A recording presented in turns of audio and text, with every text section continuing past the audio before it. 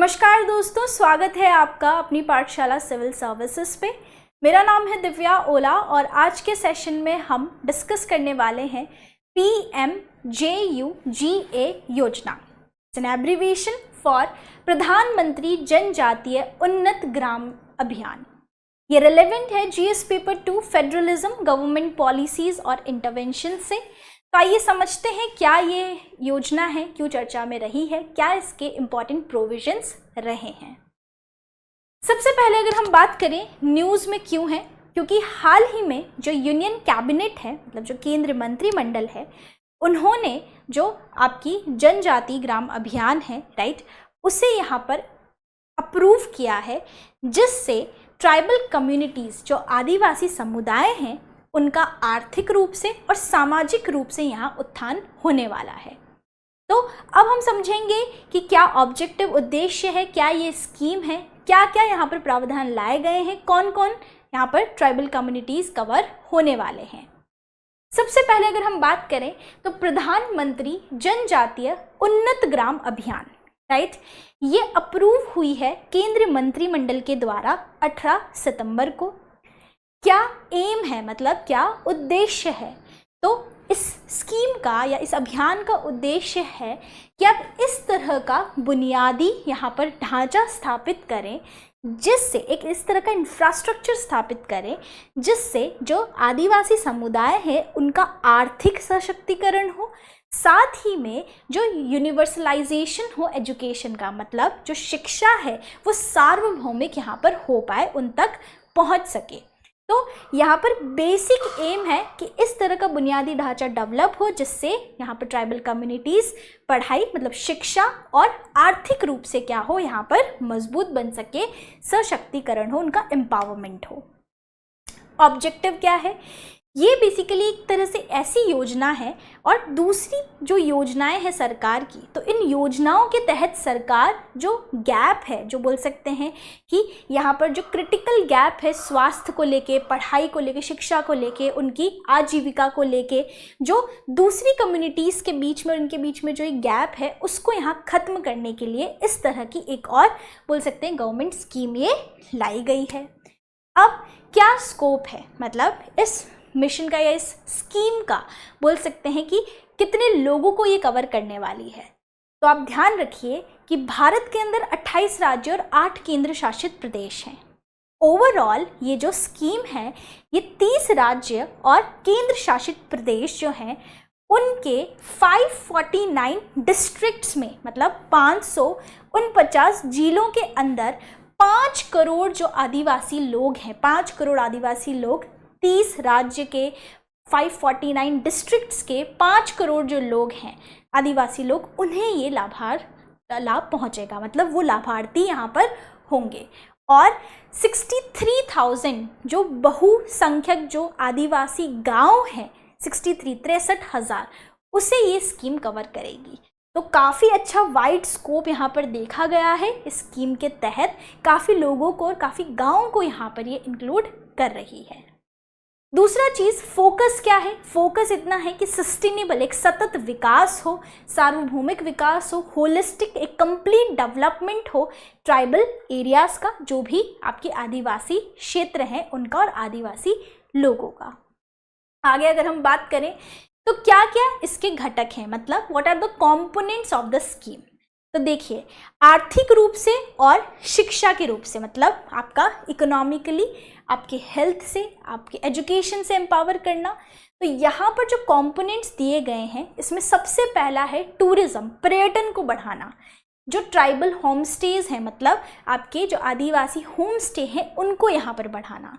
तो पहले में यहाँ पर जो ट्राइबल, जो आदिवासी होम स्टे हैं, उनका यहाँ पर प्रमोशन होना, ये पहला कंपोनेंट का हिस्सा है। दूसरा कि आपने देखा होगा कि बहुत सारे आदिवासी क्षेत्रों में पर्यटन का काफ़ी अच्छा स्कोप रहता है, पोटेंशियल रहता है, तो उसको बढ़ाना ताकि उन क्षेत्रों में इकोनॉमी अच्छी हो सके, इकोनॉमिकली एम्पावर हो सके ये लोग, ताकि मेन स्ट्रीम में सोसाइटी, क्योंकि ये एक तरह से अगर हम देखें तो ये मेजर जो हमारा जो मुख्य समाज है उससे अलग होते हैं, एक्सक्लूडेड होते हैं राइट। तो इन्हें मेन स्ट्रीम में लाने के लिए इस तरह की स्कीम्स लाई जाती है। अब क्या क्या प्रोविज़न है कि अगर कोई भी ट्राइबल हाउस होल्ड या फिर ट्राइबल कोई भी फैमिली है, अगर वो अपना एक नया 2 रूम होम स्टेज मतलब 2 रूम का होम स्टे बनाती है तो उन्हें सरकार 5 लाख रुपए देगी। और अगर वो जो उनके घर हैं, क्योंकि ट्राइबल होम स्टे टूरिज्म पर्यटन में काफ़ी यहाँ पर हम देखते हैं, तो अगर वो एग्जिस्टिंग हाउस का रेनोवेशन करती है तो उन्हें 3 लाख रुपए दिए जाएंगे। और यहाँ पर 1000 ट्राइबल होम स्टेज का यहाँ पर एम है कि जिन जिन भी गाँव के अंदर ट्राइबल होम स्टे का यहाँ पोटेंशियल है, उस तरीके से यहाँ पर इस तरह के होटल्स या होम स्टेज बनाए जाएंगे आदिवासी क्षेत्रों के अंदर। तो पहला तो ये कंपोनेंट है स्कीम का। दूसरा सस्टेनेबल फार्मिंग, जो आपका वन अधिकार अधिनियम है, इसके तहत मतलब सस्टेनेबल एग्रीकल्चर प्रैक्टिसेस, सतत रूप से कृषि करना, विकास करना, इसका सेकंड कंपोनेंट है, जिसमें जो भी जिनकी भी ज़मीन होगी, जो भी पट्टा होल्डर्स होंगे, उनको ये इंश्योर करना पड़ेगा कि किस तरह से उस ज़मीन का संरक्षण करने वाले हैं, जिससे क्या होगा कि जो भी क्लेम्स लगते हैं वन अधिकार अधिनियम के तहत, तो जो भी पेंडिंग क्लेम्स हैं, राइट, वो यहाँ पर जल्द से जल्द यहाँ पर पूरे हो पाएंगे।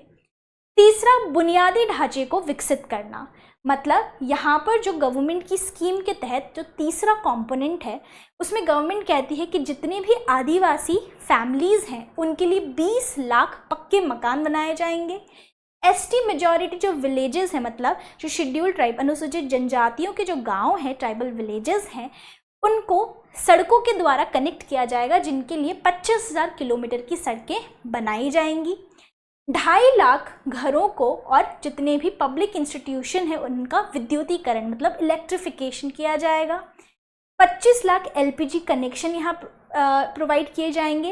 एंड एक और बहुत इम्पॉर्टेंट बात है कि भारत नेट प्रोजेक्ट के तहत 5,000 आदिवासी गांवों को ब्रॉडबैंड कनेक्टिविटी से यहाँ पर कनेक्ट किया जाएगा। तो इंटरनेट यहाँ पर एक्सेस दिया जाएगा टू 5,000 ट्राइबल विलेजेस। तो ये एक तीसरा कंपोनेंट है स्कीम का। चौथे कंपोनेंट की बात करें तो लाइवलीहुड एंड इकोनॉमिक एम्पावरमेंट, मतलब आजीविका और आर्थिक रूप से सशक्तिकरण करने के लिए यहाँ पर मछली से जो बोल सकते मछली का जो व्यापार है, मछली फिशिंग सपोर्ट जो दिया जाएगा 10,000 कम्युनिटीज़ को, 10,000 समुदायों को और 1 लाख यहाँ पर इंडिविजुअल्स को। साथ ही में जो रेयरिंग, एनिमल रेयरिंग करते हैं, जो यहाँ पर पशुओं का पालन करते हैं, उनके लिए भी 8,500 लाभार्थी चुने जाएंगे। और अलग अलग, अब आप देखिए कभी भी आप मतलब जब इकोनॉमी समझते हैं तो प्राइमरी, सेकेंडरी, टर्शरी 3 तरह की एक्टिविटीज़ होती है, प्राथमिक स्तर पर, द्वितीयक और तृतीयक स्तर पर। प्राथमिक में जनरली आपका जो नेचुरल रिसोर्सेज से संबंधित है, जैसे एग्रीकल्चर हो गया, राइट, माइनिंग हो गया, तो यहाँ पर एग्रीकल्चर से संबंधित या फिर इसके अलावा नॉन फार्मिंग जो एक्टिविटीज़ होती हैं गांव के अंदर, प्राइमरी एक्टिविटीज़, उनको यहाँ पर प्रमोट किया जाएगा। इसके बाद जो आखिरी कंपोनेंट अगर हम देखें तो वो है स्वास्थ्य को लेके, शिक्षा और सामाजिक सुधार को लेके। तो यहाँ पर स्वास्थ्य के लिए देखें तो 1000 मोबाइल मेडिकल यहाँ पर यूनिट्स लगाई जाएंगी, मतलब दूसरा 2000 नए आंगनवाड़ी सेंटर यहाँ खोले जाएंगे।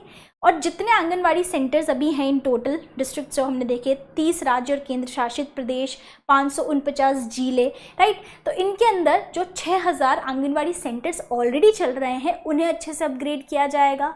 1000 नए हॉस्टल बनाए जाएंगे, 1000 पोषण वाटिका बनाई जाएगी। इस तरीके से पोषण वाटिका का सीधा सा मतलब है कि जो स्वस्थ और औषधीय गुणों से भरपूर, मतलब जो इम्यूनिटी को बोल सकते हैं स्ट्रॉन्ग करने के लिए, आपकी स्ट्रॉन्ग इम्यूनिटी को स्ट्रेंथन करने के लिए अलग अलग यहाँ पर पौधे, अनाज और सब्जियों की उपज का प्रावधान है। तो पोषण वाटिकाज यहाँ पर प्रमोट की गई हैं। साथ ही में आयुष्मान हेल्थ कार्ड भी यहाँ पर प्रमोट किया जाएगा।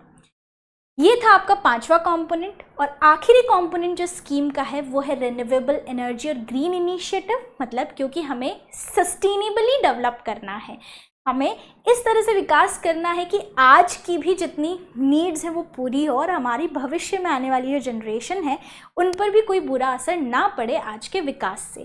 तो यहाँ पर हम जो सोलर पावर है, सौर ऊर्जा है, उसके लिए ग्रिड्स यहाँ प्रोवाइड करने वाले हैं। जितने भी अनइलेक्ट्रिफाइड हाउस होल्ड हैं, राइट, बोल सकते हैं पब्लिक इंस्टीट्यूशन है उनको सोलर पावर से यहाँ पर क्या दी जाएगी, बिजली दी जाएगी। दूसरा अगर हम बात करें तो सतत रूप से सतत नवीनीकरण ऊर्जाओं के साथ यहाँ पर ट्राइबल एरियाज़ को डेवलप किया जाएगा और सभी के लिए साफ और बोल सकते हैं नवीन ऊर्जा को यहाँ पर प्रमोट या बोल सकते हैं इसका एक्सेस दिया जाएगा। तो ये कंप्लीट आप बोल सकते हैं कि जनजाति जो ग्राम अभियान चलाया गया, उन्नत ग्राम अभियान, इसके बारे में जितने भी इम्पॉर्टेंट कंपोनेंट्स थे मैंने सभी चीज़ें डिस्कस करी है। क्या ये स्कीम है बहुत इम्पॉर्टेंट है, जीएस पेपर 1 से भी रिलेटेड, 2 से भी रिलेटेड, इनफैक्ट एथिक्स में भी आप की स्टडीज़ में इन एग्जाम्पल्स का यूज़ कर सकते हैं। So that was all about the session. To access this session and content, you can visit our website apnipathshala.com. Thank you so much for watching.